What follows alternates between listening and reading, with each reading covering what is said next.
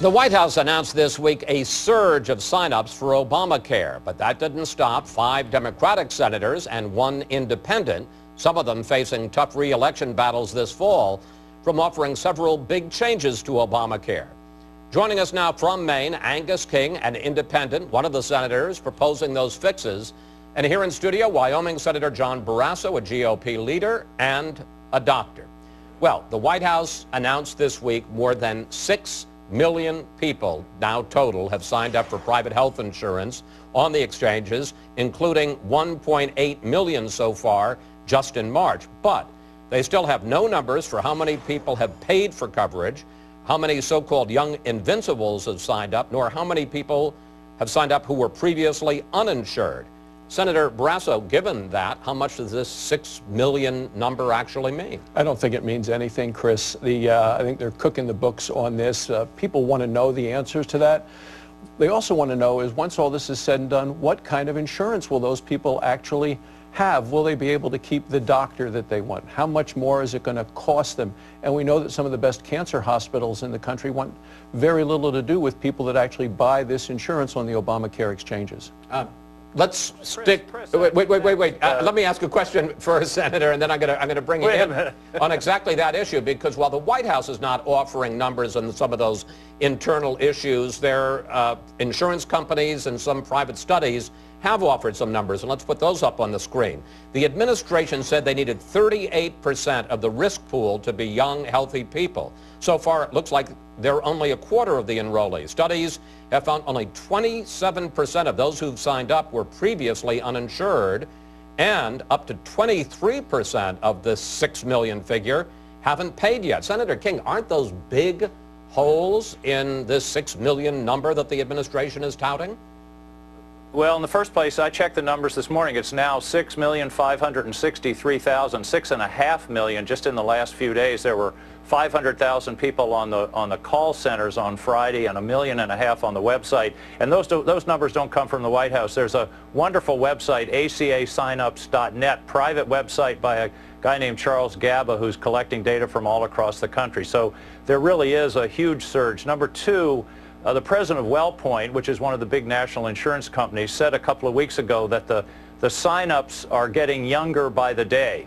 In other words, younger people, not surprisingly, are the last people to sign up. I suspect that's who's signing up today and tomorrow. And so I think the data is making a lot of difference. As far as how many people have actually paid, the numbers are going up on that. If I can just ask you, though, but what about the number that are uninsured, which seems to be about a quarter, and what about the number that haven't paid, which is also about a quarter?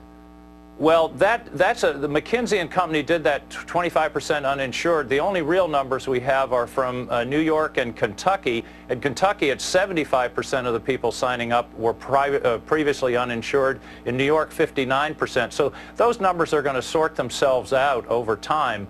But, you know, there's no denying it. They're probably going to make that 7 million target, which was set, you know, a couple of years ago. Nobody, 2 months ago, if you'd have asked me, I'd have said there's no chance, because the rollout was so bungled. All right. Tomorrow was supposed to be, and when we booked you, we thought this was because tomorrow was the drop-dead date for open enrollment, and it's certainly what administration officials said over and over. Take a look. The enrollment deadline, which was set out to end March 31st, will end March 31st. March 31st is the deadline for enrollment. You've heard us make that clear. Open enrollment ends on March 31st, and in fact, we don't actually have the statutory authority to extend the open enrollment period in 2014. But this week, the administration made what the Wall Street Journal says was the 38th unilateral change in Obamacare, creating a special enrollment extension for people who claim that they've had a problem signing up. Senator King, how can they do that when you just heard this top CMS official admit they don't have the statutory authority to do it? I don't think there's any inconsistency here. They're not opening it up to new people. Here in Maine, at 8:00 p.m. on election night, if you're in line to vote, even if it takes you a half hour to get there, you get to vote. They don't close you out. This is exactly the same thing. People are in line. They've started the process of signing up. Sometimes it takes a day or two to go through all the paperwork or the computer work. This is not extending the enrollment for new people who say, oh, I forgot. These are people that are already in the line, and that's just common sense. I mean, we do that all the time. I think the best example is people in line to vote. Senator Barrasso, it may be messy, but if the point is to get more people coverage, health insurance, why not let them have more time to sign up? Because it doesn't deal with the issue of actually getting people care. People wanted health care reform so they could get the care they need from a doctor they choose at lower cost. And what we see is even those signing up are finding out many of them are seeing higher premiums, can't keep their doctor, can't keep their hospital. In the state right next to Senator King's in New Hampshire, 10 of the 28 hospitals are excluded from all the exchanges in New Hampshire.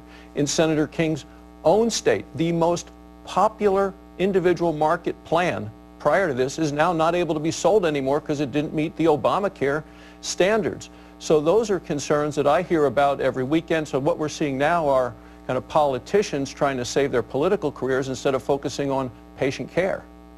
Well, that certainly brings me back to you, Senator King. You've joined, as we mentioned at the beginning, with 5 Democratic senators to propose major changes to Obamacare. Let's put them up. They include offering a new, lower-cost, higher deductible. We have the gold, silver. This would be the copper plan. And you would also exempt companies with up to 99 workers instead of 50 from the employer mandate. But, and here's the rub, Senate Majority Leader Harry Reid has already said he's not going to allow a vote on these changes. So, to take Senator Barrasso's point, isn't this really, I know you're not up for re-election in November, but some of your colleagues here are, so that they can go back to the voters at home and say, hey, we tried to fix it? No, look, I've been in all of those meetings and talking about it, and I've never seen a piece of legislation yet that was perfect.